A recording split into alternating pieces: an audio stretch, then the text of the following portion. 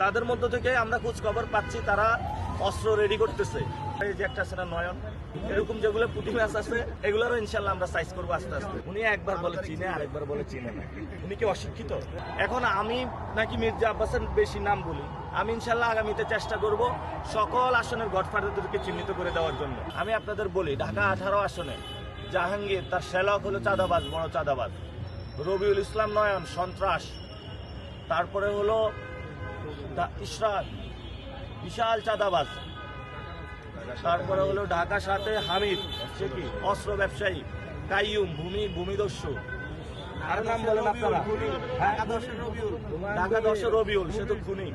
এভাবে অসংখ্য জায়গায় দেখাতে পারবো যারা মানুষের উপর অত্যাচার করে যাচ্ছে। ইনশাল্লাহ সব জায়গায় পরিবর্তনের হাওয়া শুরু হয়েছে, পরিবর্তন হবে।